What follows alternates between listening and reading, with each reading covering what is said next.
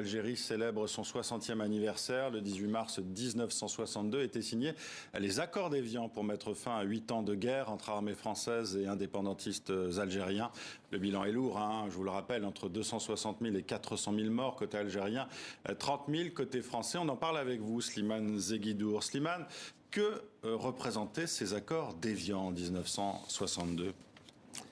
Eh bien, la conclusion diplomatique de 7 années de guerre militaire avec des déplacements de population massifs, de la violence urbaine, de la violence contre les personnes, de bombardements, bref, d'un conflit cruel et d'autant plus cruel qu'il était, en fait, il représentait 3 guerres civiles imbriquées. D'abord, entre les Pieds Noirs et les Algériens, c'était en soi une sorte de guerre civile.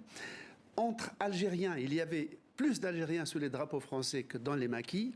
Et entre Français à la fin, puisque l'OAS et les extrémistes étaient rentrés en guerre ouverte contre l'armée française, au point qu'on a vu l'armée française, aux côtés des soldats du FLN, combattre d'autres Français. Donc c'était la fin d'un véritable cauchemar. Pour la France, il est difficile à l'époque de lâcher l'Algérie, surtout avec la découverte du pétrole sur le territoire algérien. Clairement, le pétrole et le gaz, l'accès à ces ressources, ce sera un des points majeurs des discussions qui vont aboutir à la signature des accords d'Évian. En fait, il y a le pétrole, il y a le site du pétrole, c'est-à-dire le Sahara.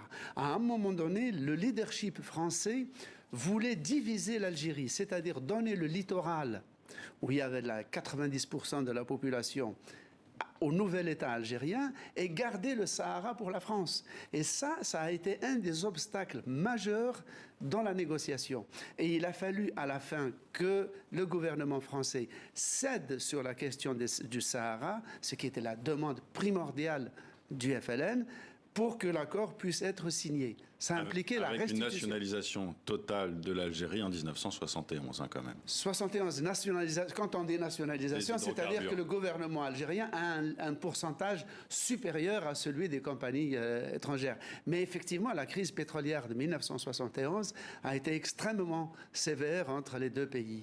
Alors ces accords d'Évian n'ont pas marqué la fin des tensions entre la France et l'Algérie, Slimane. Oui, mais ce sont des tensions entre les leaderships. Parce que la fin de la guerre d'Algérie a eu plusieurs résultats complètement paradoxaux. Regardez, en 1962, il y avait 400 000 Algériens établis en France. En 1968, avec l'immigration de nouveaux Algériens en France, on avait déjà 1 million d'Algériens. On avait 1 million de Pieds Noirs et 1 million d'Algériens. Ce qui veut dire que l'indépendance, loin de séparer les deux peuples, les a réunis. Et le deuxième paradoxe, c'est que pendant la colonisation, la France intégrait le territoire de l'Algérie, mais pas ses habitants. Et aujourd'hui, elle a dû intégrer les habitants en renonçant à intégrer le territoire.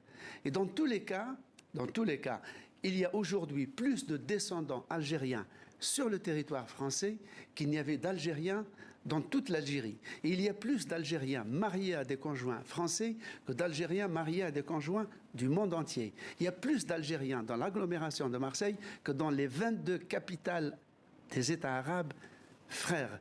Et vraiment, la morale de l'histoire, c'est que c'est avec les Français que les Algériens ont versé le plus de sang dans un paysage de désolation et de mort, mais c'est avec le peuple français qu'ils ont mêlé le plus leur sang par voie matrimoniale pour créer de la vie. Et la paix, on espère.